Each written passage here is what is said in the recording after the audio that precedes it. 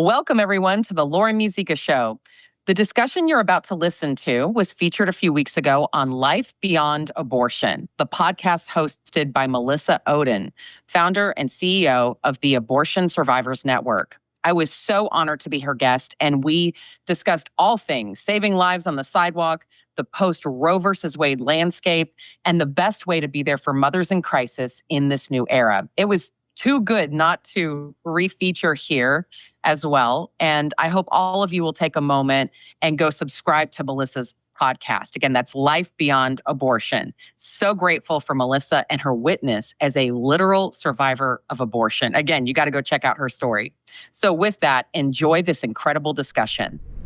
Thank you for joining me for another episode of Life Beyond Abortion. You know, I have this incredible opportunity each episode to highlight experiences of, everyday people whose lives and their experiences really highlight the truth about life and humanity and how the narrative about abortion is not what the predominant culture continues to be led to believe. And I also have this incredible opportunity to also highlight organizations and leaders who are on the front lines and seeing the truth every day and have their pulse on what is really happening in our culture related to abortion. And so today, I want to invite you, the audience, in to get to know my friend Lauren. Lauren is the director of Sidewalk Advocates. And if you don't know them, you are going to find a way that you can plug in to your community and the pro-life movement in a new way. So Lauren, thank you so much for joining me.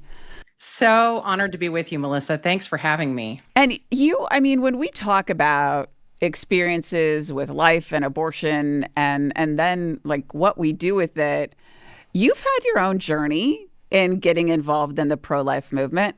And I'm wondering if you would just start there, because I think sometimes, especially with my podcast, people think, that abortion survivor so-and-so, they've got a story. That's why they got involved. It makes sense that they're doing what they're doing. But normal, everyday people see the truth and they feel led to action. Yeah. No, you nailed it, Melissa. I'm kind of boring in that I don't have this testimony of an experience with an abortion. I didn't work for the abortion industry. I was just a college kid at Texas A&M University. And I remembered that this lady came to the podium after Mass one day, after church, and she said, hey, new abortion facility went up in Aggieland just a year before, a Planned Parenthood abortion facility in our small community, college town. And we're inviting you, the faithful, just to go out 1 week or once a week for 1 hour a week and pray. And I thought to myself, I can do that.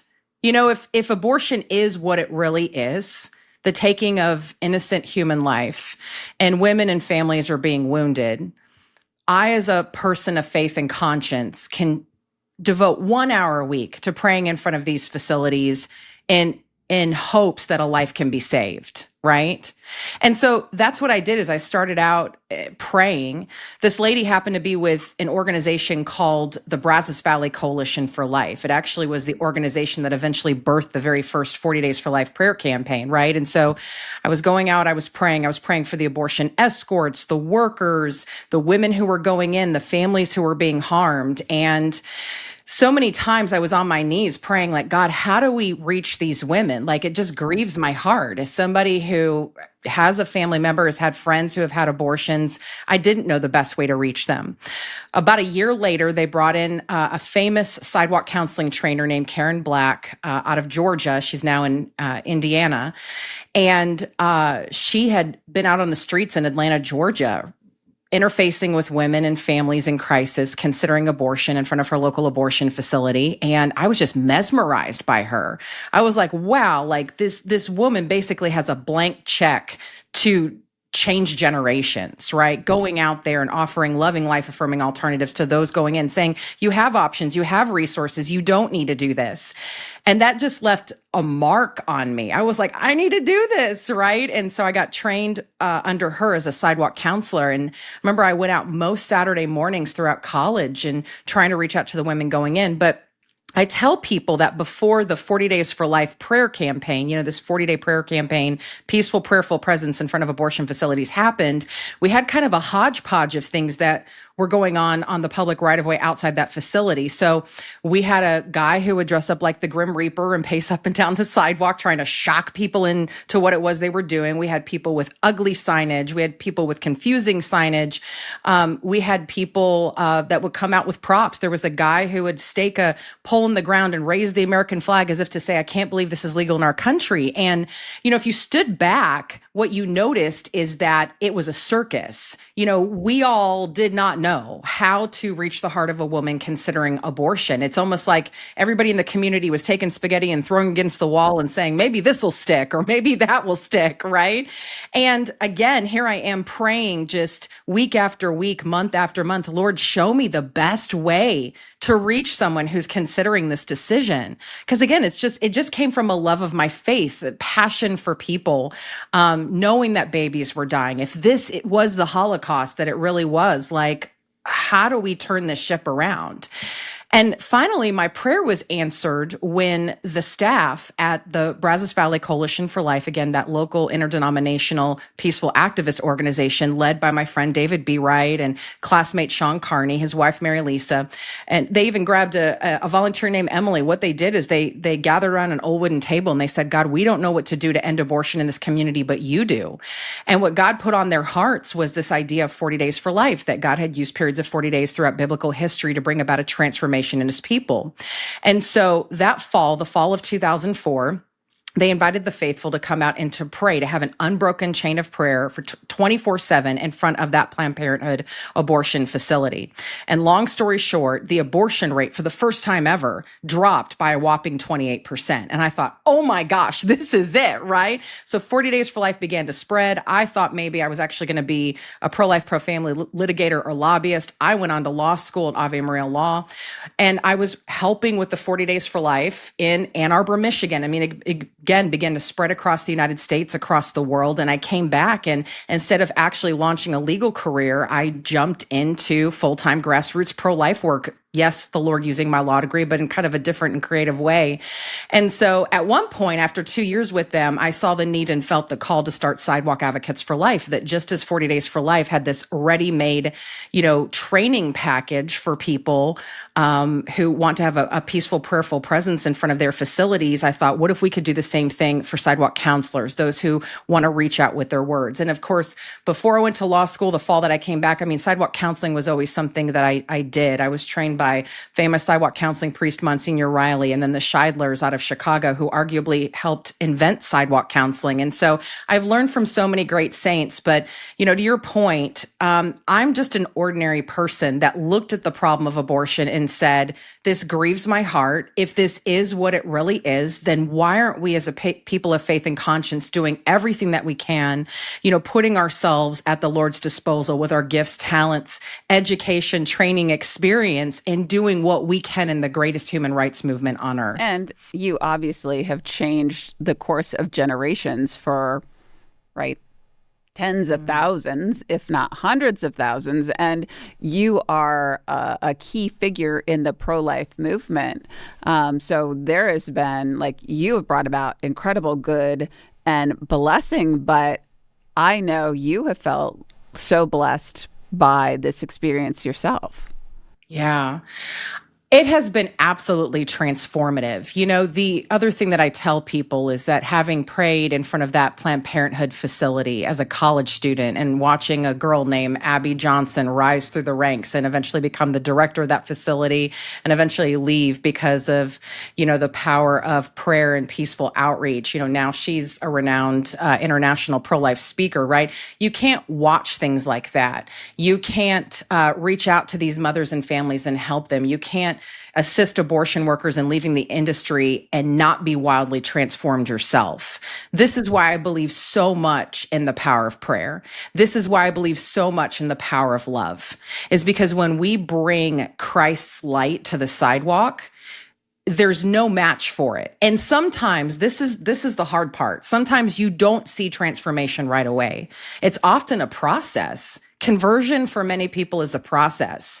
And this has been so instructive in my own life. There's times where I've been praying for family members, for, them to come to Christ, or them to just see an area of their life transformed. And I have to remind myself, gosh, I'm seeing this on the sidewalk. If I believe it here, why wouldn't I even believe it in my own life, right? Some of the greatest lessons I've ever learned have been out on the sidewalk. The sidewalk really is a microcosm for culture and for life today. And, being an imperfect human being that continues to be saved by God and reaching out to other imperfect human beings and just saying, can I help you? I know you're here because you're in a tough spot. Yes, we know abortion is wrong. Yes, this is an egregious taking of innocent human life. But these mothers have been lied to. They've been duped. They're in a lot of crisis and pain, and it doesn't excuse any of it. Just like anytime I've messed up, it hasn't excused anything. But at the same time, recognizing that in the human experience, we're all just trying to figure this out together. And so it's just such an honor to offer a helping hand to these families and to witness the transformation occur often right in front of your eyes. And I'm glad that you brought up the piece about abortionists and clinic workers as well. I would suspect that people in the audience, probably sort of have like the flip side version of an experience that you and I have, which is, right, we tend to see the conversion of major figures in the abortion industry and lobby, right, who are converted. And we believe in that. And because we see that and we believe in it, we see it and believe in it for the everyday people, right, who need transformation and help and hope. And I think the audience probably by and large has it the other direction, which is, right, they believe in the help and hope for the everyday people surrounding them. But I would suspect that there are people who struggle with the bridge to then say, all right, if I believe in help and hope and conversion for normal everyday people, then I need to believe the same thing for abortionists and clinic workers and right, the lawyers from the ACLU and the lawyers from Planned Parenthood. Yeah. I think that's it's an interesting thing that I haven't really thought about before. Yeah. That you guys, and I know this to be true about you and your team, which is like, y'all walk the walk and you talk the talk and you pray the prayers. And when people see what you put out on social media, y'all are the real deal. You aren't just fluffing something up to say it. You believe it so wholeheartedly for all of them that we've identified. There is no one that you don't believe can be helped. That's absolutely right. I heard a colleague once say that we're a movement of converts, right? You look at all of these former abortionists now, or former clinic directors like Abby Johnson, who laid down their instruments or their leadership. Abby was being groomed for a corporate position at the largest abortion facility in the Western Hemisphere just a handful of years prior to Roe being overturned. You can't watch these stories and not see evidence of God at work. I've just seen it so many times. People ask me all the time, Lauren, how are you able to do this day in and day out? Like, talk about abortion, live in this, pro-abortion world. And I tell them, you know what? I get to see the resurrection every single day. And yes, absolutely, there are heartbreaking stories, or there are stories where you're like, gosh, they have not left yet. Like, I'll just share with you, there's somewhere in the country where we are reaching out to an abortion worker right now. And there's been a lot of progress, but she can't quite leave. She told us that there are actual sacrifices to Satan going on within her facility. They're literally offering up the abortions to the other side. And the natural question for probably any of us, I'm sure even people who don't really have much of a faith, that's probably still weird to them. And anybody would ask, why doesn't she just walk out? And it's because there really is this mode of oppression. And even sometimes there's multiple abortions in someone's past, and it's a mode of pain and justification that keeps them chained to the industry. But my point is like, we see some dark stuff. Every week we're getting glory stories and then hard stories. But the beautiful thing is that we also still see and believe that God is at work. that he is not done with them yet, that he's going to continue to come after them. I've seen too much now not to believe that God isn't doing something powerful, even in the midst of the spiritual battle, which so many times is so palpable, right? Yeah, it's the encouragement to keep showing up. Yeah. And participating in God's will. Yeah. Yeah. And I think that that's half the battle right there, Melissa. You know, there's one story that comes to mind. One of our leaders in Oregon, she was getting ready to go out for her shift and she had laryngitis. And she thought to herself, gosh, I don't know that I can be out on the sidewalk today. Like, I'm a sidewalk advocate. I'm supposed to reach out with my words, right? And then she said to herself, you know what? I can at least go out and be present and I can pray. And so she went out to the sidewalk and she knelt on that sidewalk. And there was an abortion worker that she had been developing a relationship with. And that day, he looked out the window and saw Tammy on her knees praying. And he had a moment and he said, wait a second, she's a Christian and she's out there. I'm a Christian and I'm in here. What am I doing? And she said that it ended up being so providential that her voice was gone that day because she doesn't know how she might have interfered with that whole discussion that he had with himself inside the abortion facility. And he literally got his stuff and he left. That's one of the 105 souls that we've seen leave the abortion industry. And so, you know, I have to challenge myself on this all the time in my personal and professional life. Like sometimes what God is saying to us is, I will fight for you. You need only to be still, right? Like just the power of our presence, just the power of our prayers, that is enough. But I do think that, you know, in the human experience, God uses our words. He uses our relationship and friendship. And that's really important because some people need that in order to leave. They need that safe place to land. They need that sounding board, right? And so we try to train people in how to not only offer those loving, life-affirming alternatives to those going in, really to be that safe place to say, you have other options besides this. You have resources, right? We'll go to bat for you. You are not alone. But then also to say that to those who work in the industry and frankly, to anybody who passes by. We get into conversations with passersby all the time when we're not reaching out to women or workers and just being a witness in the community. Yeah. And I mean, I think I want to kind of take a step back and have you help the audience understand why we have 40 Days for Life campaigns, and we also have sidewalk advocates. Similarities, differences. Let's break it down. Yeah, absolutely. So I tell people it's like ora et labora, right? Prayer and work. We need both. Prayer is absolutely the foundation. It's the strength by which we're able to do this work. And then we're the experts in reaching out with your words, right?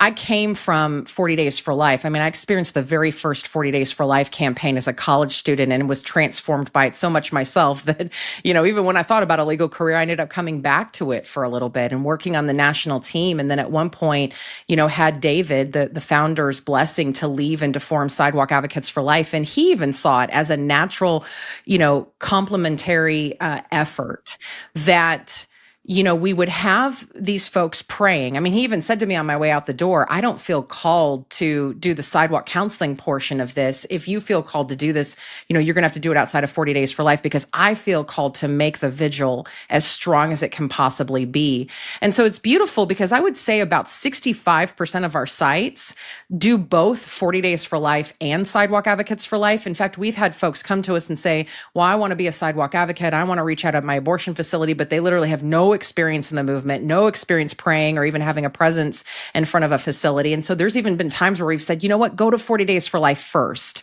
and get your feet wet there and learn, you know, kind of what this landscape looks like and then come back to us. Yeah, we'll be here, you know, and we're happy then to train you and your community in reaching out with their words. But prayer is absolutely the foundation. You know, even if somebody doesn't have a 40 Days for Life campaign where they are, we tell people that's where you start. That's your strength. That's your shield. Yeah. And I would suspect that a lot of people in the audience would say, okay, yeah, totally. I could go outside of a clinic and pray. Don't ask me to counsel somebody, right? Like, I can't, I won't. Yeah. Yeah. No, it feels intimidating. Yeah. And I think it is a calling. David B. Wright, the founder of 40 Days for Life, that man has no shortage of words. He's an incredible orator, speaker, leader. He says, I don't feel called to it. When I go to the facility, I feel called to prayer. That's his heart. That's where God has put him. That's what feels right to him. Really, in the greatest human rights movement on earth, it really operates like the body of Christ. Some of us are the hands, some of us are the feet, some of us are the eyes, some of us are the heart, whatever it is, right? We all have a part to play in this. And some people are going to be called to reach out with their words. And I see people from all walks of life that do this, like men and women, introverts and extroverts, young and old. I've sidewalk counseled next to Grandma Jackie, who is amazing on the sidewalk, one of my old sidewalk counseling partners from Dallas. People don't run over their grandmother, right? She's amazing. Everybody listens to Grandma Jackie, all the way down to college students. Like, we help train Students for Life for their annual sidewalk day, right? And these students that go out and minister to their peers, basically. And so I have seen people from all walks of life be successful in this. And I would just say, like, if you can have a conversation with somebody, you can absolutely do sidewalk outreach, right? You can be a sidewalk advocate. But the question is, where do you feel called? Because not everybody is called to this unique form of really ministry. Mm-hmm. Yeah. And I guess, there are probably some people who also are listening to this and are going, what happens outside on the sidewalk? Is it safe? Yeah. That's a great question. I think when people think about the sidewalk in front of an abortion facility, they think of what the media tells them, that it's going to be chaos and people are getting arrested and it's a big protest. And actually, for the most part, what we witness, and we believe we're part of, this approach and the sea change at this point in America, but it's relatively peaceful. It can even be quiet at moments, right? Now, sure, there's some folks who come out to the sidewalk with angry signage and bullhorns. And again, I appreciate their passion. I've just not seen that win life-saving conversations with women, right? We've got to win the conversation. We are strangers walking into a really precious and precarious part of her life. We've got to win that conversation, then build trust and get her to abandon her abortion appointment and come with us to the nearby pregnancy resource center, where she's actually going to receive options and resources. We're the paramedics arriving to the scenes. We want to get her into the arms of the hospital, those who can do ongoing crisis management. The body of Christ is in these pregnancy centers. They're a jack of all trades, right? And so that's kind of our MO. It's not a protest. I believe in protest. I believe there's a time and place for protest, but at that moment of decision where a woman is in crisis mode and she's headed in there and she is going to take the life of her child, to me, I want to be doing the most effective thing to reach her heart. And whether you look at the Vitae Foundation research, again, decades and decades of study on the best messaging to a woman considering abortion commissioned by the Vitae Foundation, or you have that lived experience on the sidewalk, I mean, it tells you that the only way that we're going to save these children is to first reach these mothers. And these mothers are in a world of chaos and confusion. They may be pressured by somebody. They are overwhelmed. They feel snowed in.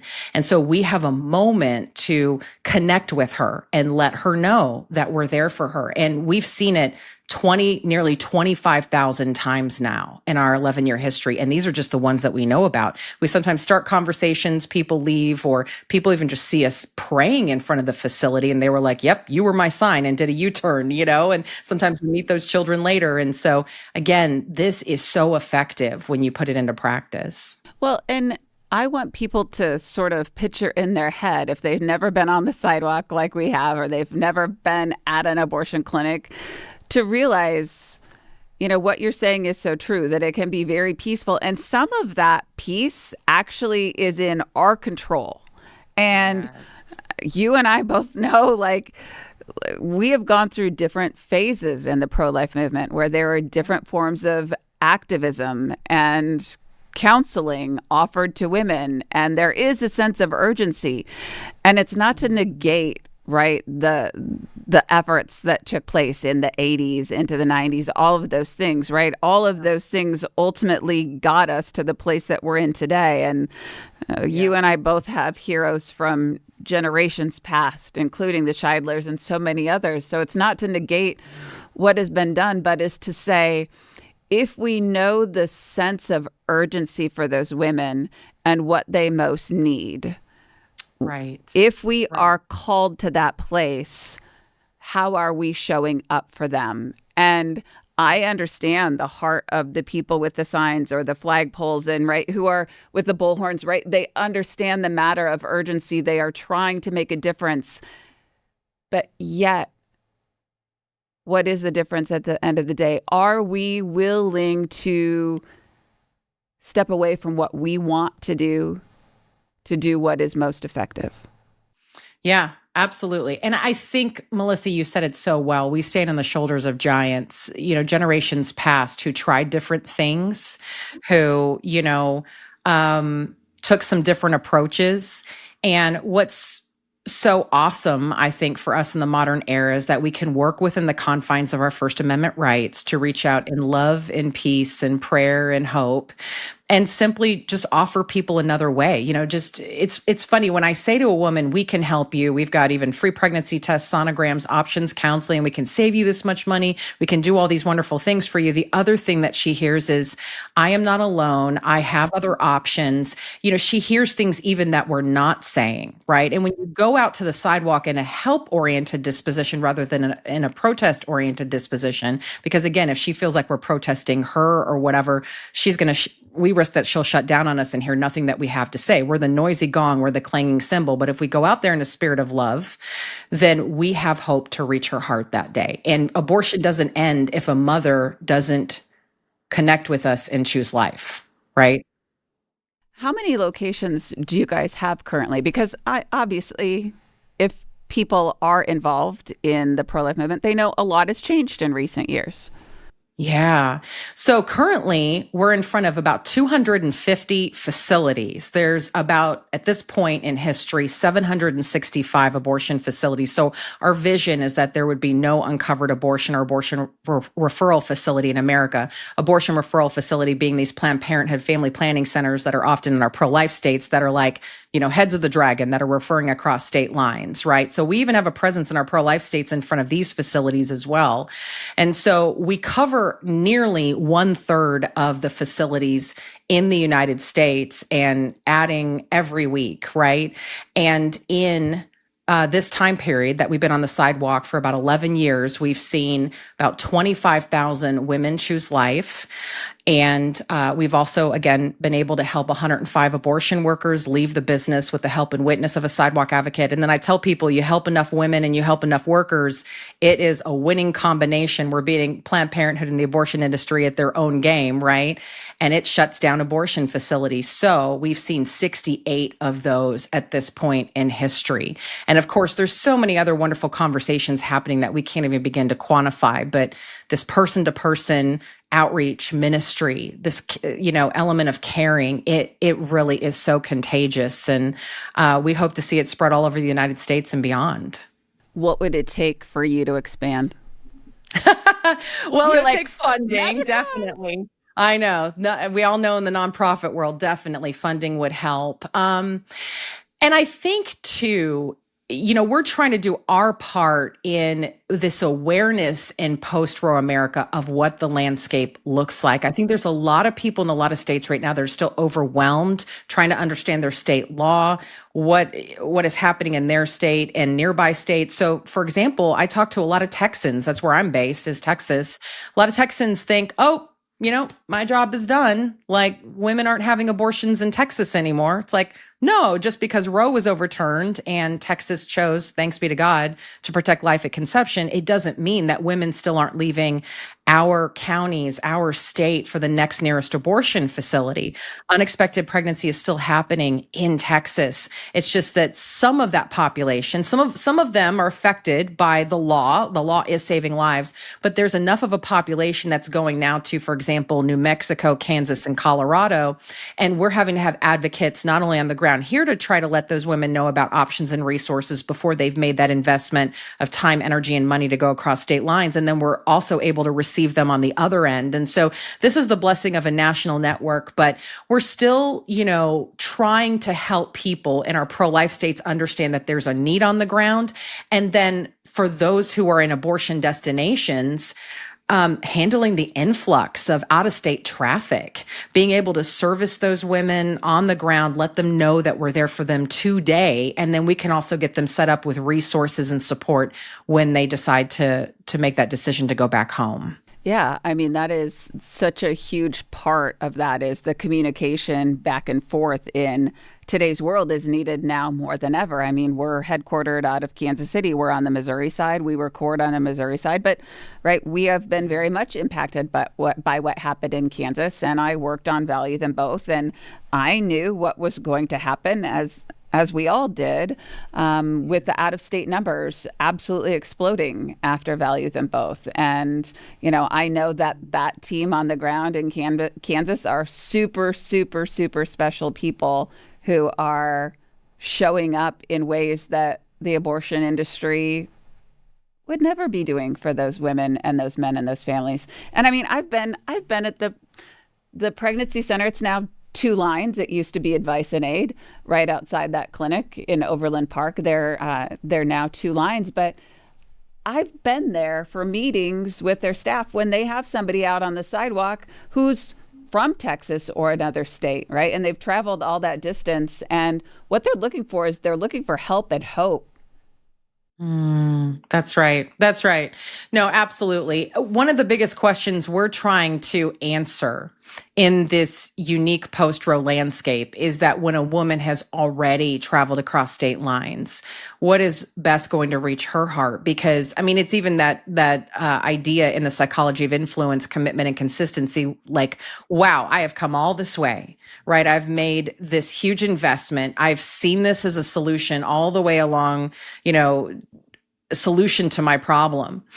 And now someone's telling me I can do a 180 and I might have to go back home and I've got to trust what they're saying. And I've got to, she's trying to recalculate this whole thing because she had an answer, but somewhere deep in her heart, she doesn't want to do it. And so that's why we at Sidewalk Advocates for Life are actually getting ready to launch something called Maria's Fund, because a lot of these women, they're going across state lines and they're fully funded by one of these abortion funds. There's the Bridget Alliance and,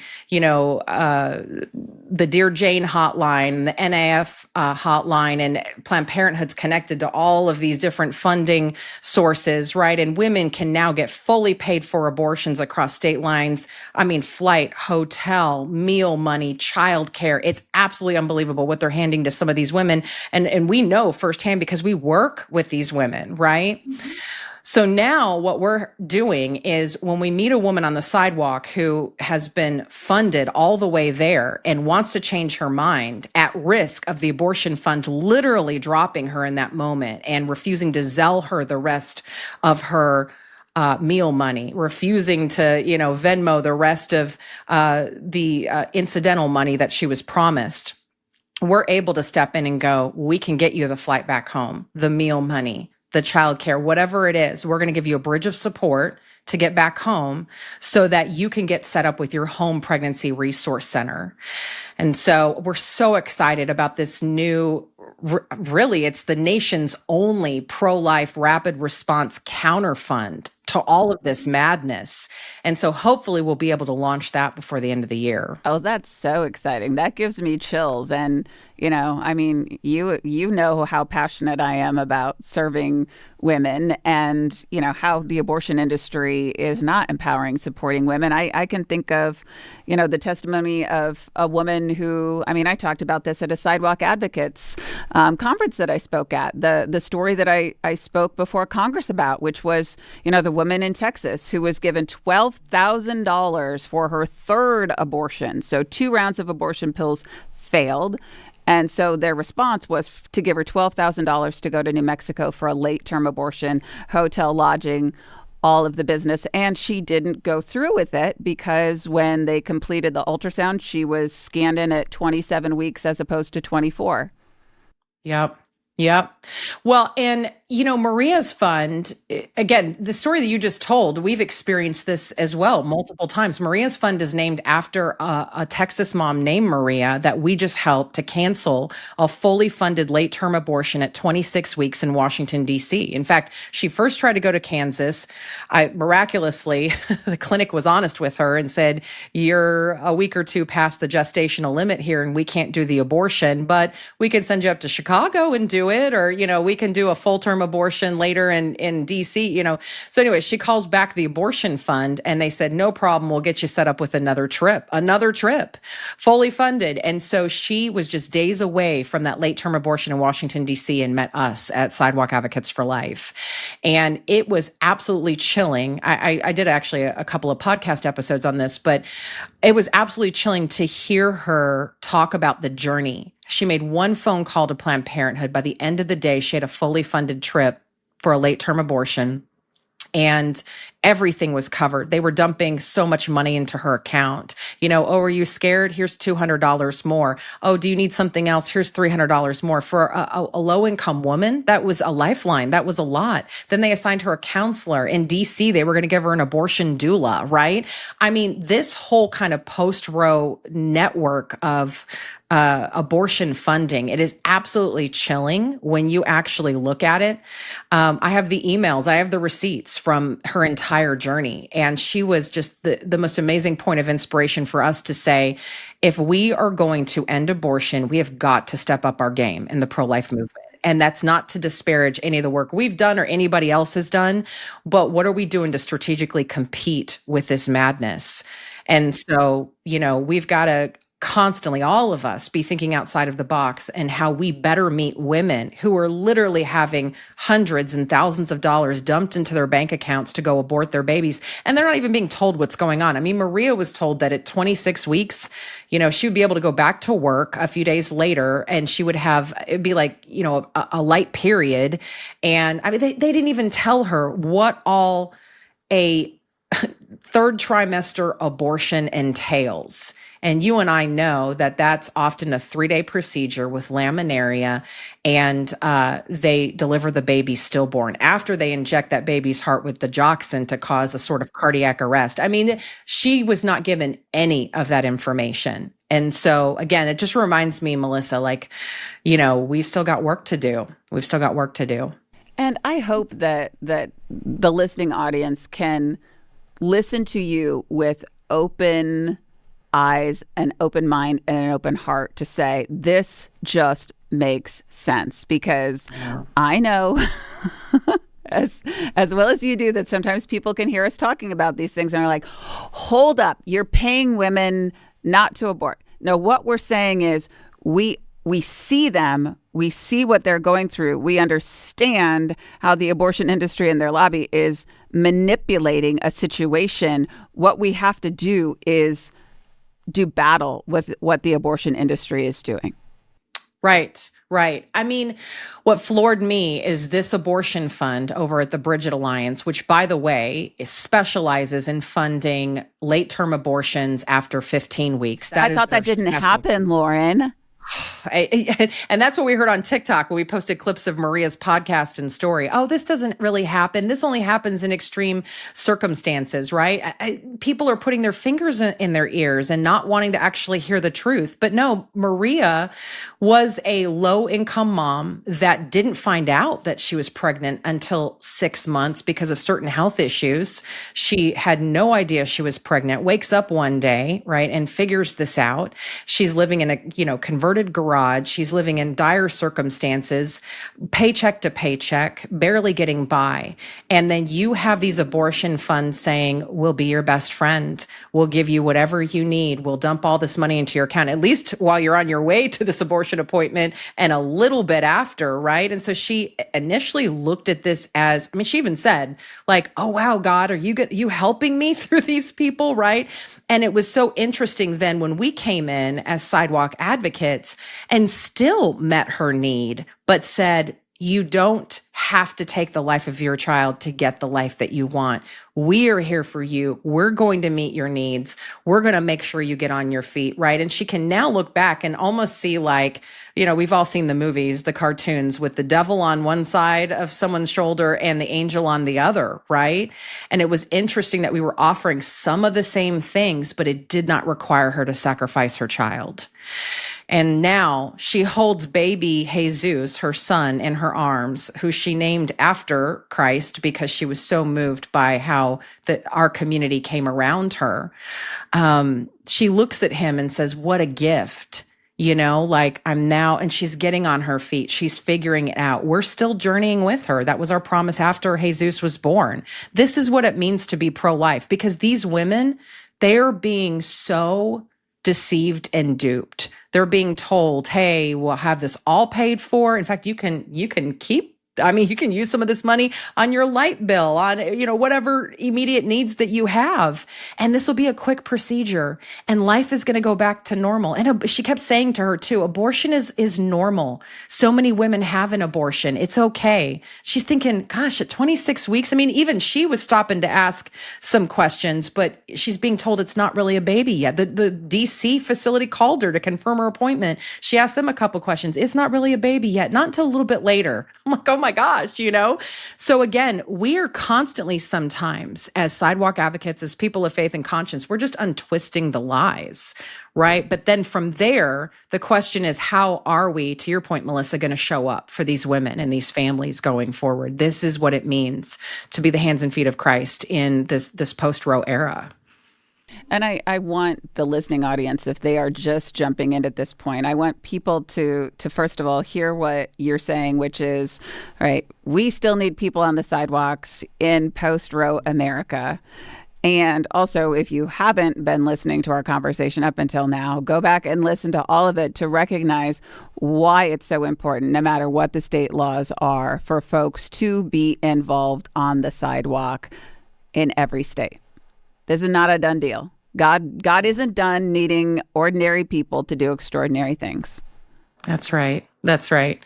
No, you nailed it. And every day, Melissa, we have dozens and dozens of sidewalk advocates, moms and dads, businessmen and businesswomen who go to the darkest places in their communities.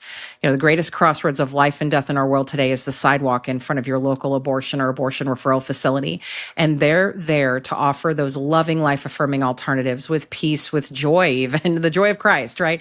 With hope, with kindness, and with caring. And that's where we see miracles happen. And it's chilling to me to think that if we had maybe just a little bit more funding, and then we're working on the awareness part of it as well, if we put God's people, good people, in front of every one of these facilities, there would be so many lives saved, because so many women arrive at these facilities and they just have no idea the resources that are available to them, the options that are at their fingertips. And so we're just overjoyed to be those connectors, right? And I just have to take a moment too to celebrate our pregnancy resource centers. They outnumber abortion facilities more than 4-1, and they are a jack of all trades. They can get women on insurance and helping them find a job, and, assistance with baby supplies. And you name it. Whatever the need is, they're often, 98% of the time able to meet it. And I've even told a woman out on the sidewalk, like, hey,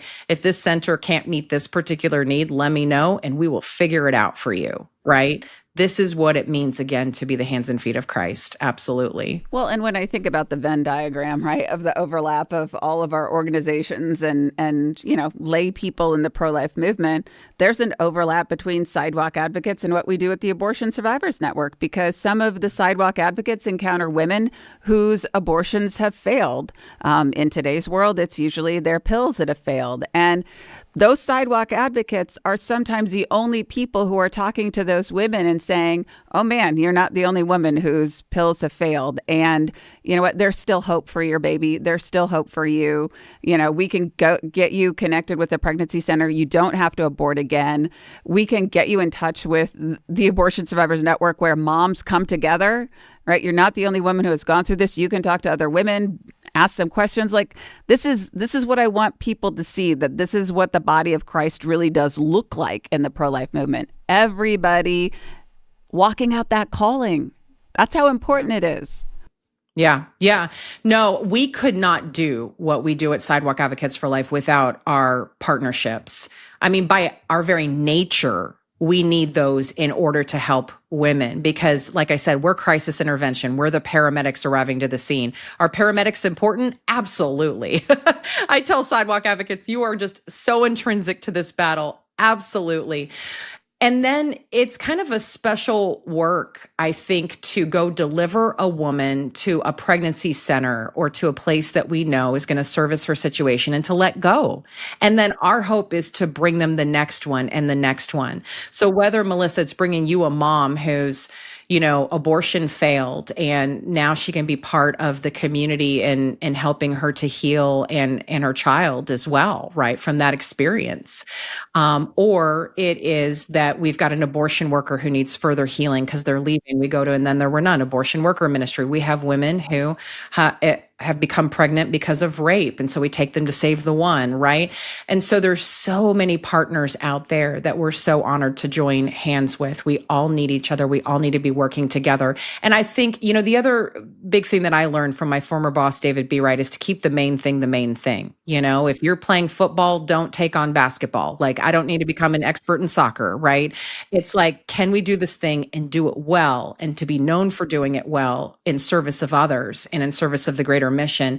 That's enough. And at the end of the day, it's not really us anyway. This is unto, at least to those of us that are believers, our Lord Jesus Christ, right? Who died and gave his life for us and has invited us to be his hands and feet out to a hurting world that doesn't yet know the good news. And so can we live that even in the very work that we do day to day, being his hands and feet and facilitating transformation?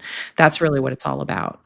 And I love that about you. And I love that about what you guys do. I mean, I will never get tired of cheering you guys on and supporting what you're doing. My life is full of people who, in their own ways, were on the sidewalk.